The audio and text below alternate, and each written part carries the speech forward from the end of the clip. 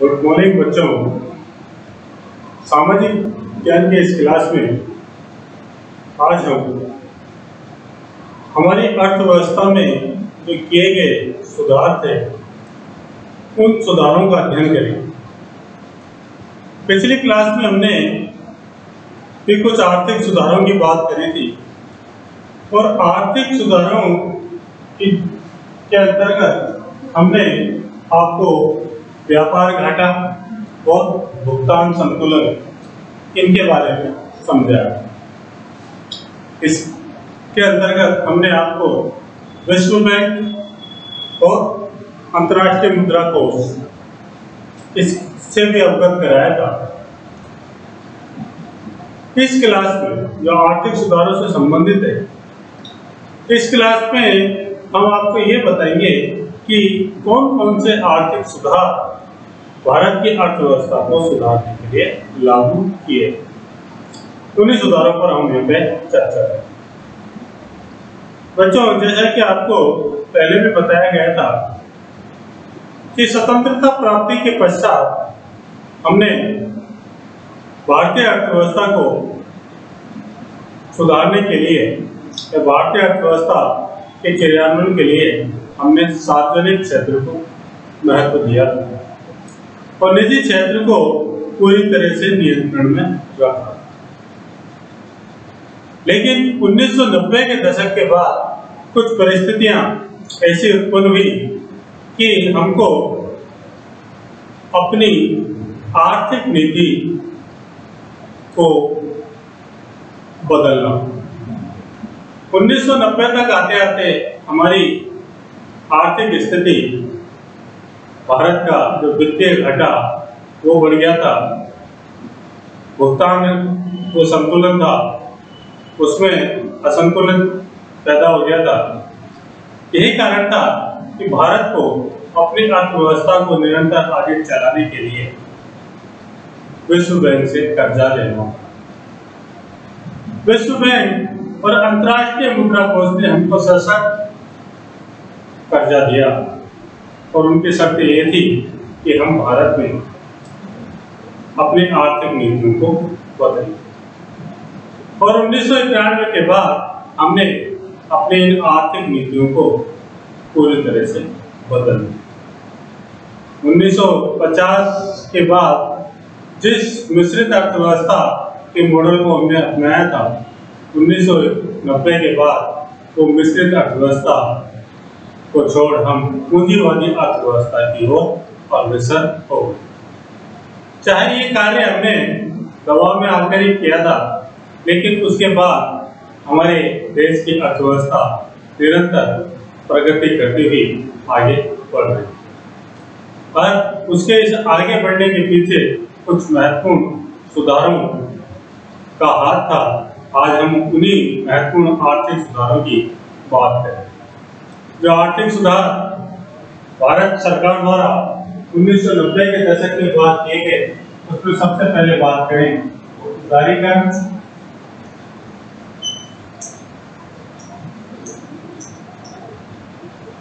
फिर निजीकरण और फिर वैश्वीकरण। कुछ उपाय भारतीय सरकार द्वारा अर्थव्यवस्था को सुधार हेतु लाने के लिए 1990 के दशक के बाद किए।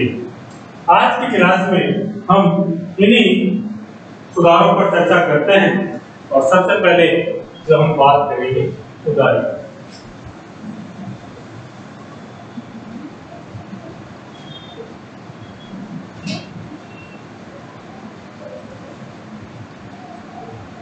उदारीकरण का सीधा शाब्दिक अर्थ बताऊं कि उदारीकरण से तात्पर्य जो है कि आर्थिक नीतियों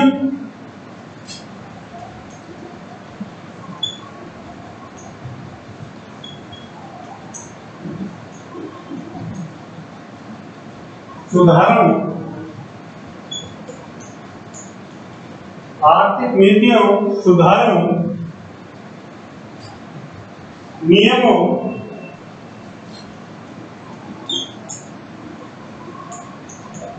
तथा कानूनों के सरलीकरण की प्रक्रिया है।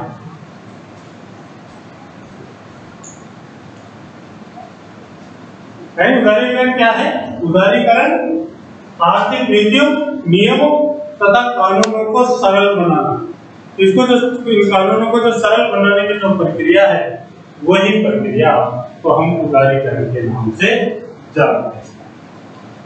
1990 से पहले की बात करें, 1990 के दशक से पहले की बात करें, या यूं कहें कि उन नीतियों की बात करें जो हमने स्वतंत्रता प्राप्ति के पश्चात अर्थव्यवस्था को सुधारने के लिए अपनाई गई थी, तो उससे पहले सरकार की भूमिका अर्थव्यवस्था में नियंत्रक की तथा उत्पादक की। यानी सरकार की भूमिका क्या थी? अर्थव्यवस्था में नियंत्रक और उत्पादक के रूप में इनकी भूमिका थी, और उस भूमिका को निभाने के लिए सरकार ने कई तरीके प्रतिबंध हमारी अर्थव्यवस्था के अंतर्गत लगाए गए। और सरकार द्वारा 1991 में जो नई आर्थिक नीति अपनाई, उस आर्थिक नीति में 1990 से पहले जो भी प्रतिबंध लगाए थे, जो भी उसमें नियंत्रण लगाया था, उन नियंत्रणों को समाप्त किया। और उसी प्रक्रिया को, उन नियंत्रणों की उसी प्रक्रिया को क्या कहा गया? उदारीकरण कहा गया। इसके अंतर्गत 1991 में हमने नई आर्थिक नीति की घोषणा की। यानी इसके अंतर्गत हमने 1991 में अपनी नई आर्थिक नीति की घोषणा करी तथा अर्थव्यवस्था के विभिन्न क्षेत्रों में, जो भी अर्थव्यवस्था के क्षेत्रों को के बारे में हम आपको पहले पढ़ा चुके हैं पिछली क्लासों में, कि अर्थव्यवस्था के 3 क्षेत्र होते हैं: प्राथमिक क्षेत्र, द्वितीयक क्षेत्र और तृतीयक क्षेत्र। यानी हम अर्थव्यवस्था के विभिन्न क्षेत्रों में जो व्यापक सुधार, उन क्षेत्रों में जो व्यापक सुधार की जो प्रक्रिया हमने प्रारंभ की, उसी को ही हमने उदारीकरण के नाम से जानते हैं। चाहे वित्तीय क्षेत्र हो या कोई अन्य क्षेत्र हो, सामाजिक क्षेत्र हो, आर्थिक क्षेत्र हो, बाहरी क्षेत्र हो, विदेशी विनिमय हो, इनमें जो भी हमने जो नियंत्रण थे, जो भी हमने प्रतिबंध थे 1990 के पहले के दशक में, उन प्रतिबंधों को हमने हटाने का कार्य किया, या ये कहे कि उन प्रतिबंधों को हमने 1990 के दशक के बाद हटा दिया। यानी इसका परिणाम क्या निकला कि उदारीकरण, जो हमने उदारीकरण अपनाया, इस उदारीकरण की प्रक्रिया के फलस्वरूप जो अर्थव्यवस्था मिश्रित अर्थव्यवस्था की श्रेणी में आती थी, वो अर्थव्यवस्था अब पूंजीवादी अर्थव्यवस्था में परिवर्तित हुई। इसमें सरकार का हस्तक्षेप बहुत कम रह गया, और एक तरह से कहा जाए तो ये मुक्त अर्थव्यवस्था के रूप में हमारे सामने आ गई। मुक्त अर्थव्यवस्था यानी भारतीय अर्थव्यवस्था मुक्त बाजार और पूंजीवादी बाजार, पूंजीवाद मिश्रित अर्थव्यवस्था से पूंजीवाद की तरफ अग्रसर हो गई। तो भारतीय अर्थव्यवस्था मुक्त बाजार और पूंजीवादी अर्थव्यवस्था की तरफ उन्मुख। उदारीकरण से अर्थव्यवस्था में जो संरचनात्मक जो दृढ़ताएं थी, यानी जो हमने पहले कठोर नियम बना रखे थे, उन नियमों को हमने पूरी तरह से समाप्त कर दिया। और कह सकते हैं हम कि आर्थिक क्षेत्रों तथा सरकारी नीतियों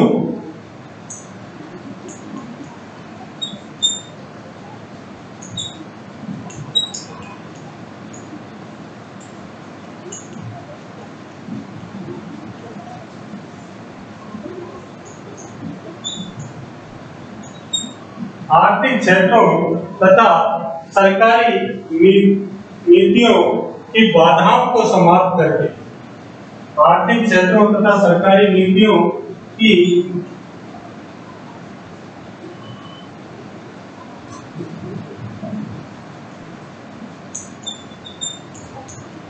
बाधाओं को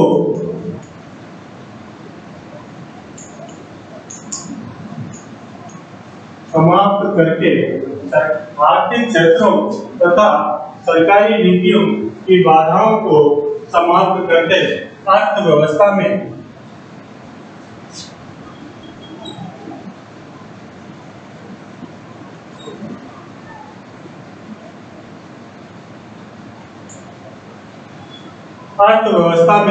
उत्पादन तथा व्यापार की क्रियाओं को उत्पादन तथा व्यापार की क्रियाओं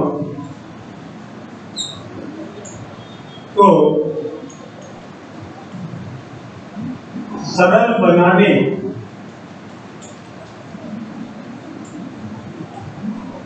की प्रक्रिया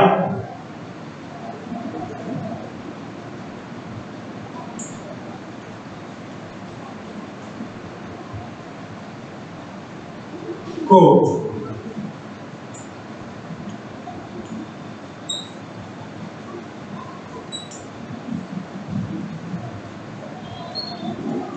उदारीकरण कहते हैं। मैंने अपने आपको यहाँ पे इसका शाब्दिक अर्थ में बताया कि आर्थिक नीतियों और सुधारों नियमों तथा कानूनों के सरलीकरण की प्रक्रिया, यानी आर्थिक नीतियों नियमों तथा सुधारों के जो सरलीकरण की प्रक्रिया है उस प्रक्रिया को क्या कहते हैं? उदारीकरण कहते हैं।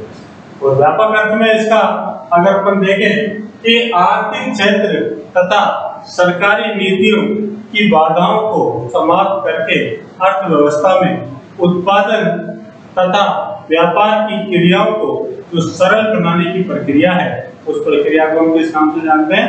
उस प्रक्रिया को हम उदारीकरण के नाम से जानते हैं।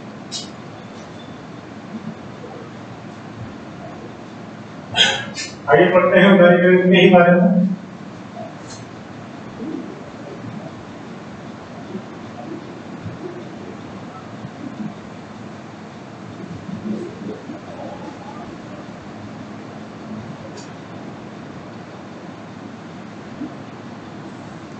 बच्चों, जिसे भारत में उदारीकरण कहा गया, तो जो हमने अभी तक पढ़ा जिसे भारत में उदारीकरण कहा गया, वास्तव में वो चीज है यूं कहें कि पश्चिम के वो अनुप्रयोग हैं, पश्चिम देशों के द्वारा किए गए अनुप्रयोग हैं जिन्हें बिना सोचे समझे भारत में लागू कर दिया जाए। यानी इसका क्या परिणाम होगा क्या नहीं होगा इस बात को नहीं सोचा गया और भारत में इसको लागू कर दिया गया सिर्फ एक ही उद्देश्य को लेकर कि अर्थव्यवस्था को मजबूत बनाना। और इसको जब लागू कर दिया गया तो लागू करने के साथ ये हमारी जो अर्थव्यवस्था है, जो भारत की जो अर्थव्यवस्था मिश्रित अर्थव्यवस्था की, उस मिश्रित अर्थव्यवस्था से पूंजी वाली अर्थव्यवस्था की ओर झुकाव ने भारतीय अर्थव्यवस्था को इस दोराहे पर लाके खड़ा कर दिया कि उससे जहां से वो अपनी स्वदेशी संस्कृति, जो स्वदेशी की जो संस्कृति थी, उस स्वदेशी संस्कृति की तरफ वापस जाना नामुमकिन हो। यानी एक ऐसी अर्थव्यवस्था जहां पे हमने अपने स्वदेशी यानी उद्योगों को, कुटीर उद्योग धंधों को, इनको जो हमने 1990 से पहले इनको बढ़ावा देने की बात की थी, हमारी पंचवर्षीय योजनाओं में इन स्वदेशी की धारणा को के विकास की बात की गई थी। 1990 के बाद वो दोबारा स्वदेशी की धारणा की ओर लौटना उदारीकरण की प्रक्रिया के बाद एक तरह से नामुमकिन सा हो गया। यानी स्वदेशी का जो अपने साथ शब्दों में अगर यूं कहा जाए कि हम अपनी संस्कृति, हमारा अपनी संस्कृति की तरफ लौटना भी एक बहुत मुश्किल प्रक्रिया हो। और इसका फायदा पूंजीवादी देशों ने उठाया और पूंजीवादी देशों ने भारत में पूंजीवाद की जो प्रक्रिया थी उस प्रक्रिया को एक प्रयोग के तौर पर, ये यूं कहें भारत को एक प्रयोगशाला के रूप में आर्थिक उदारवाद की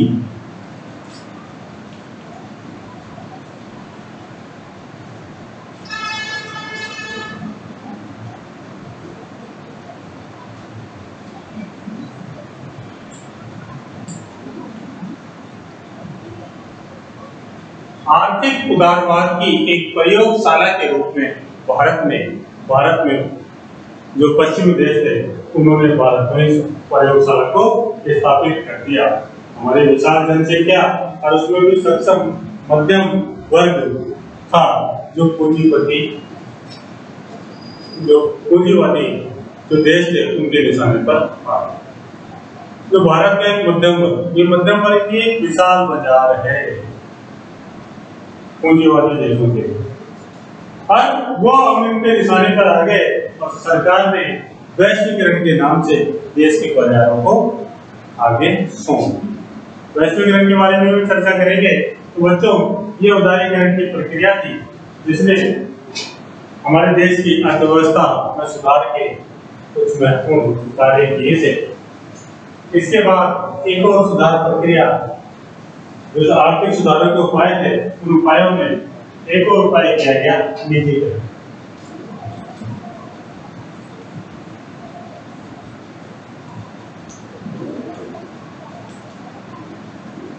जहां 1950 के बाद भारतीय अर्थव्यवस्था में जो उत्पादन के जितने भी क्षेत्र थे उन क्षेत्रों को सार्वजनिक क्षेत्र के महत्व यानी सार्वजनिक क्षेत्र के अंतर्गत रखा गया और निजी क्षेत्र को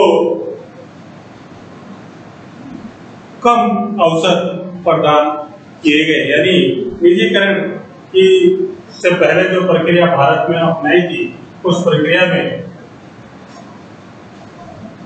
कमी लाई गई।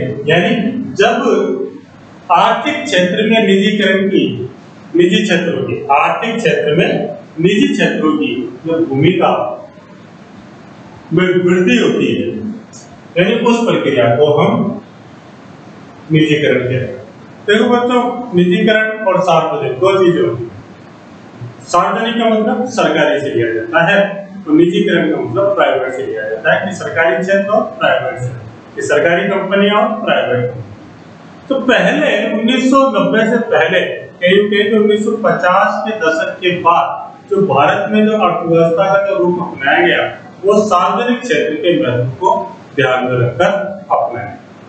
और 1990 के बाद की अगर हम बात करें तो 1990 के बाद हमने सार्वजनिक क्षेत्र को के महत्व को कम करके निजी क्षेत्र को ज्यादा बढ़ावा। यानी अर्थव्यवस्था में क्या होगा इसका कि अर्थव्यवस्था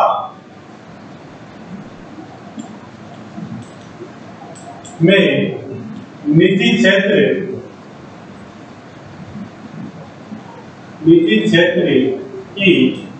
भूमिका में वृद्धि करने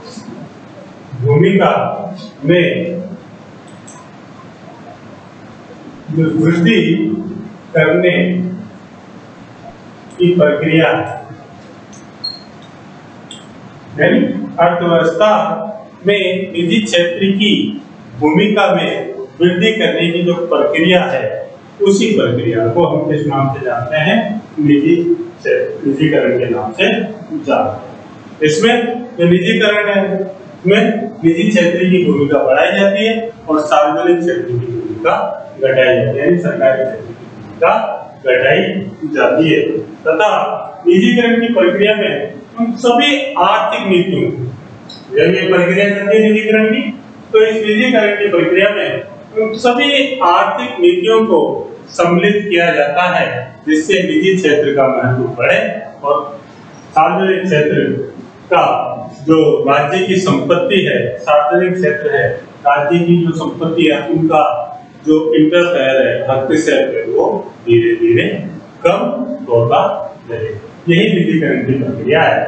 स्वतंत्रता के पश्चात 1990 तक जो हमने नीतियां अपनाई उन नीतियों में हमने जो महत्व दिया था वो किसको दिया था? सार्वजनिक क्षेत्र के को महत्व दिया था। और उसके बाद जब हम अपनी अर्थव्यवस्था को कह हैं कि अपनी मिश्रित अर्थव्यवस्था को पूंजीवादी अर्थव्यवस्था में अपडेट करने की प्रक्रिया करने लगे, उस प्रक्रिया में हमने निजी क्षेत्र को महत्व दिया। जहां पहले 1990 से पहले की बात करें, निजी क्षेत्रों के लिए भारतीय उस निजी क्षेत्रों के लिए जो उत्पादन के क्षेत्रों में जो कार्य करने की जो प्रक्रिया थी वो काफी कठिन थी, चाहे उनको लाइसेंस लेना हो या उत्पादन संबंधी जो सार्वजनिक क्षेत्र के लिए जो कुछ उद्योग थे, कुछ उद्योग तो ऐसे थे कि जिन उद्योगों को सार्वजनिक क्षेत्र के लिए ही आरक्षित कर दिया था कि इसमें तो सरकार ही कार्य करेगी, निजी क्षेत्र का कोई दायित्व नहीं हो। इसलिए जो उसकी प्रक्रिया थी, लाइसेंस लेने की प्रक्रिया थी, इतनी कठिन बनाई गई कि वो अनिवार्यता, उसको बहुत ज्यादा अनिवार्यता कर दिया, उस प्रक्रिया को हर कोई पूरा नहीं कर पा रहा था। इसी बात बच्चों आगे बात करें कि सार्वजनिक क्षेत्र का जो विकास करना था, जितना हद तक विकास करना था, लेकिन वो तो हुआ, अभी तो यूं भी कह सकते हैं अनावश्यक विस्तार हो, क्योंकि निजी क्षेत्र तो आगे बढ़ पाए नहीं। सरकार की नीतियां ऐसी थी, लाइसेंस संबंधी नीतियां या अन्य नीतियां कुछ उद्योगों को वो सार्वजनिक क्षेत्र के लिए आरक्षित करते थे। इसलिए कुछ नीतियों के कारण निजी सार्वजनिक क्षेत्र का अनावश्यक विस्तार हो गया और सरकारी क्षेत्रों की स्थिति को आप जानते ही हो कि सरकारी क्षेत्र में कोई व्यक्ति कार्य ही नहीं करना चाहता। परिणाम क्या हुआ कि वहां पर उन उद्योगों में उत्पादन था, वो उत्पादन कम हो गया,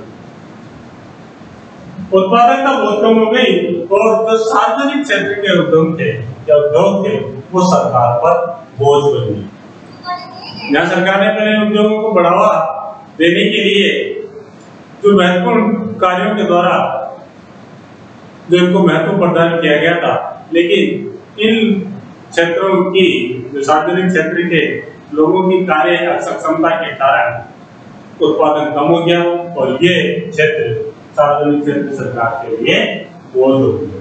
1991 में की जो औद्योगिक नीति आई, उस औद्योगिक नीति में जो लाइसेंस की नीति थी, इस नीति को सरकार ने लगभग समाप्त सा कर दी तथा सार्वजनिक क्षेत्र के आरक्षण, जो जिन उद्योगों को सार्वजनिक क्षेत्र के लिए ही जोड़ा था, उन उद्योगों में भी कमी लाई गई और बहुत से उद्योगों को निजी क्षेत्र के लिए खोल दिया गया। निजीकरण द्वारा 1991 में अर्थव्यवस्था 1991 की अर्थव्यवस्था में उन क्षेत्रों को भी यानी उन उद्योगों को भी खोल दिया गया जिन पर निजी क्षेत्रों का प्रवेश पूरी तरह से वर्जित। निजी क्षेत्र के अंतर्गत सरकारी क्षेत्र में भी निवेश, यानी जो निजी क्षेत्र था उस निजी क्षेत्र के अंतर्गत सरकारी क्षेत्र में भी जो विनिवेश की प्रक्रिया थी वो विनिवेश भी किया जाता था। ये भी एक निजीकरण का ही एक उपाय होता है जो इन्वेस्टमेंट किया जाता है सरकारी क्षेत्र में। विनिवेश का मतलब कि एक उद्योग से विनिवेश क्या होता है कि एक उद्योग से हमने जो भी उत्पादन के फलस्वरूप जो भी लाभ कमाया, उस प्राप्त लाभ को अन्य जगह अन्य उद्योगों में इन्वेस्ट करते हैं। यानी शुद्ध रूप से विनिवेश संपदाओं के एक तरलीकरण की प्रक्रिया है, यानी संपदाओं का तरलीकरण करना, वो जो प्रक्रिया है वो ही विनिवेश है। इसके तहत हमने इस प्रक्रिया के तहत हमने जो एक क्षेत्र से लाभ कमाकर उसको दूसरे क्षेत्र में लगाया गया, इन्वेस्ट किया। लेकिन सामान्य तौर पर इसकी अर्थ की बात करें, राज्य द्वारा जो अपना सार्वजनिक क्षेत्र का जो अंश था, जो शेयर था, वो निजी क्षेत्र को बेचने की जो प्रक्रिया थी, वो प्रक्रिया क्या है? वो प्रक्रिया ही निजीकरण के नाम से जानी। अब सवाल यह है कि सार्वजनिक क्षेत्र का कितना हिस्सा निजी क्षेत्र को बेचा जा सकता है या कितना बेचा जाए, इसके संबंध में भी नियम बनाए गए। और भारत में जो निजीकरण हेतु जो 1991-92 में विनिवेश कार्यक्रम प्रारंभ किया गया, इससे भारत का जो राजकोषीय घाटा था, उस राजकोषीय घाटे में भी थोड़ी कमी आनी शुरू हुई और राजकोषीय अनुशासन में इसको स्थापित कर दिया। में भी हमको सफलता मिली। इस आधार पर बच्चों हम कह सकते हैं कि अर्थव्यवस्था में जब सार्वजनिक क्षेत्र भी आ गया और निजी क्षेत्र भी आ गया तो एक कंपटीशन यानी प्रतिस्पर्धा की या यूं कहें कि हेल्दी कंपटीशन की स्थिति उत्पन्न हुई, जिससे भारत आर्थिक क्षेत्र में तरक्की करता है। ये निजीकरण अर्थव्यवस्था में किए गए भारत सरकार द्वारा किए गए सुधारों में से एक था। इसके आगे और बात करते हैं तो वैश्वीकरण।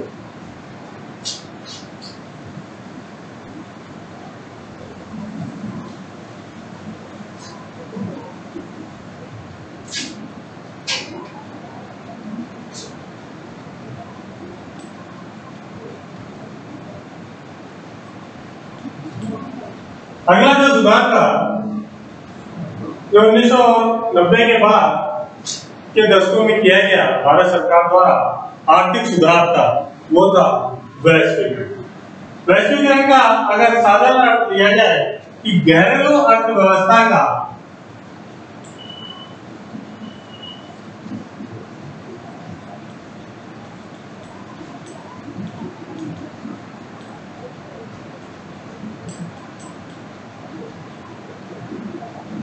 विश्व की घरेलू अर्थव्यवस्था का विश्व की अर्थव्यवस्था के साथ घरेलू अर्थव्यवस्था का विश्व की अर्थव्यवस्था के साथ एकीकरण की प्रक्रिया, यानी घरेलू अर्थव्यवस्था को अगर विश्व के अर्थव्यवस्था के साथ एकीकृत कर दिया जाए तो ये जो प्रक्रिया होगी ये प्रक्रिया वैश्वीकरण की प्रक्रिया कहलाती है। यानी इसमें कह सकते हैं कि वैश्वीकरण एक ऐसी प्रक्रिया है जिसमें अर्थव्यवस्था में कुछ प्रवाह देखने को और प्रवाह की दृष्टि से यानी वैश्वीकरण में अर्थव्यवस्थाओं का जो विस्तार होता है, प्रवाह होता है, ठीक वैश्वीकरण में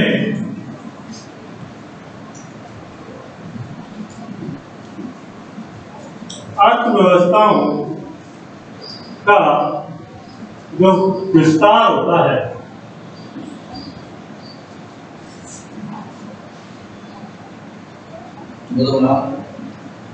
देश की राजनीतिक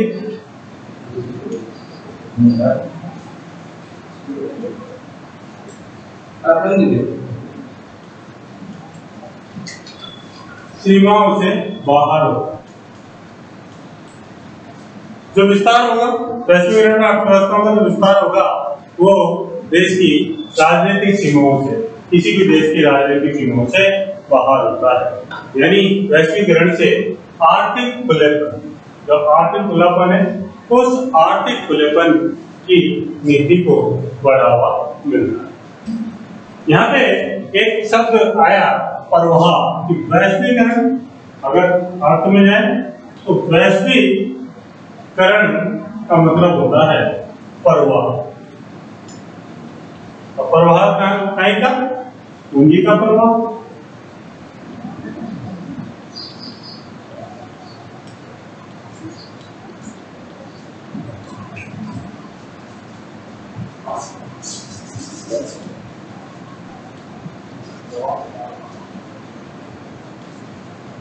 पूंजी का प्रवाह, श्रम का मुक्त प्रवाह, सेवाओं का प्रवाह,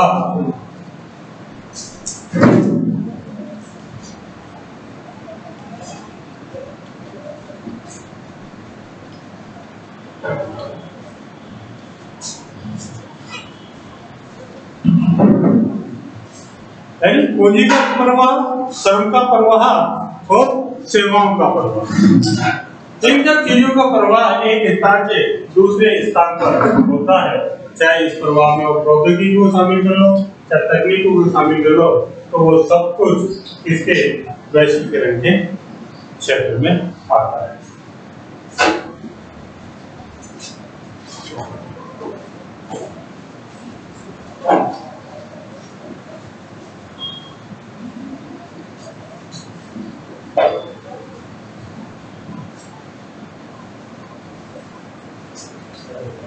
स्वतंत्रता प्राप्ति के बाद अगर बच्चों अपन बात करें इस स्वतंत्रता प्राप्ति के बाद जो भारत में विदेशी व्यापार तथा विदेशी निवेश पर अनेक प्रतिबंध लगाए।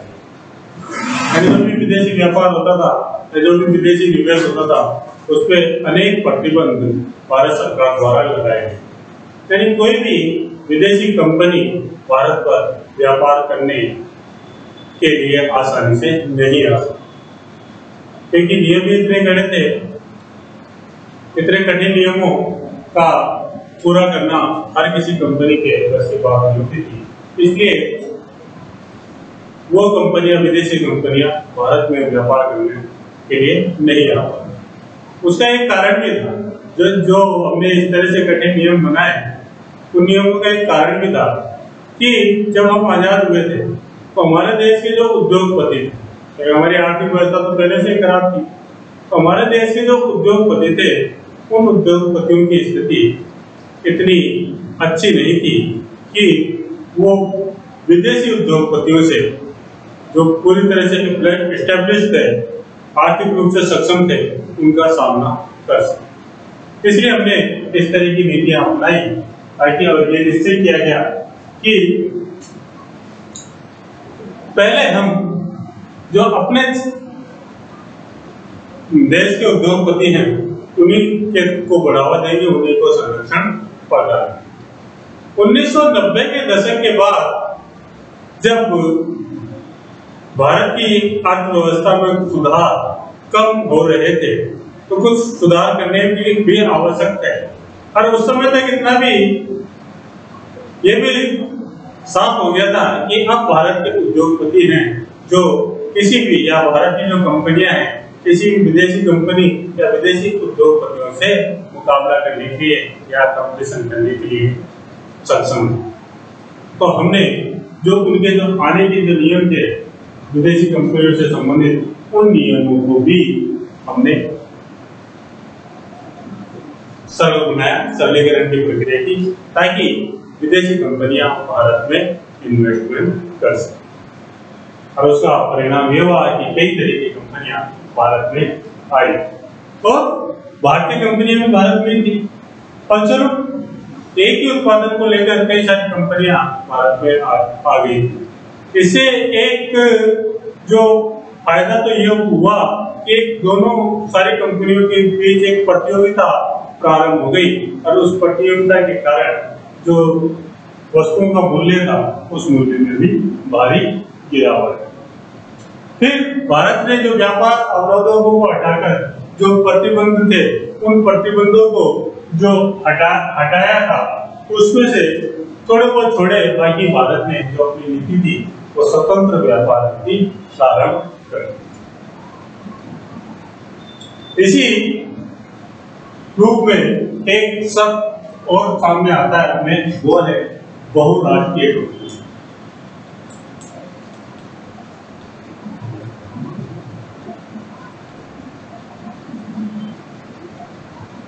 मैंने बताया ना आपको, कई विदेशी कंपनियां जो भारत में आई व्यापार करने के लिए। तो क्या होती है बहुराष्ट्रीय कंपनियां कि जिन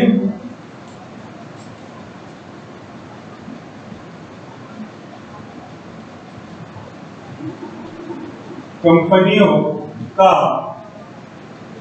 व्यापार दो या दो से अधिक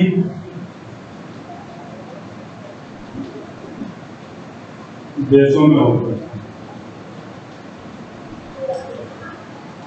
यानी दो या दो से अधिक देशों में जिन कंपनियों का व्यापार होता है वो बहुराष्ट्रीय कंपनी कहलाती है। और इनका देश में उत्पादन, यानी उस देश में, जिस देश में इनका व्यापार होता है उस देश में उत्पादन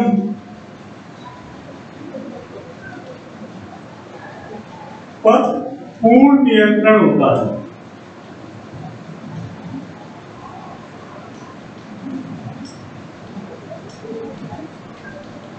यानी जो उत्पादन है उस उत्पादन पर भी इनका पूर्ण नियंत्रण होता है, पूर्ण स्वामित्व होता है। वर्तमान में अभी जो कंपनियां आ रही है, इधर से उधर आ रही है, भारत की कंपनियां विदेश जा रही है, विदेश की कंपनियां आ रही है, तो ये अपने साथ साथ कंपनी के साथ साथ प्रौद्योगिकी भी लाती है। इस कारण से प्रौद्योगिकी का भी आदान प्रदान हो रहा है। सूचना एवं संचार का तथा प्रौद्योगिकी इसने भी इस चीज को और बढ़ावा दिया है तथा सूचना और संचार के कारण इसके विकास को, वैश्वीकरण को और तेज गति प्रदान हुई। वैश्वीकरण की जो प्रक्रिया है, इस प्रक्रिया ने संपूर्ण विश्व पर अपना आधिपत्य जमा दिया। ये नहीं कि भारत में ही कंपनी आ रही है, भारत की कंपनी कहाँ जा रही है, बाहर जा रही है। और जितने भी विश्व के संसाधन है, सब देशों की कंपनी आएगी, भारत की कंपनियां विदेशों में जाएगी, तो जो भी उनके संसाधन है, उन संसाधनों का भी आदान प्रदान होता है या उन संसाधनों का भी प्रवाह होता है। जो प्रवाह जो मैं आपको बताया था, वैश्वीकरण की जो इस कारण से, इस प्रक्रिया के कारण से जो वस्तुओं का जो उत्पादन है, उस उत्पादन की गुणवत्ता में भी सुधार दिन प्रतिदिन देखने को मिलता है। वैश्वीकरण की इस लाभदायक प्रक्रिया को इतना सफल बनाने में जो महत्वपूर्ण जो हाथ था, वो अंतर्राष्ट्रीय मुद्रा कोष और विश्व बैंक तथा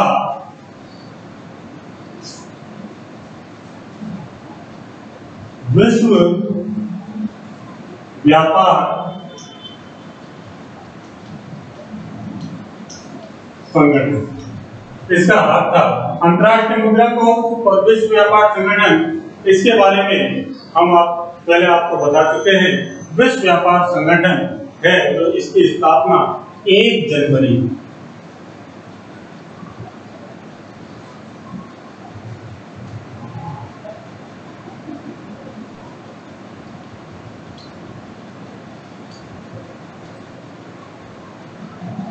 1995 को हुई थी। और इसका कार्य यही है कि जो अंतर्राष्ट्रीय व्यापार है, उस अंतर्राष्ट्रीय व्यापार को के जो भी नियम है, उन नियमों का निर्धारण करना। यानी कोई सा विदेश इस अंतर्राष्ट्रीय व्यापार में अपनी मनमर्जी नहीं चला सके, इसलिए ऐसे नियमों का निर्धारण एक विश्व व्यापार संगठन द्वारा किया जाता है। बहुपक्षीय व्यापार समझौतों का भी क्रियान्वयन इसी के माध्यम से किया जाता है।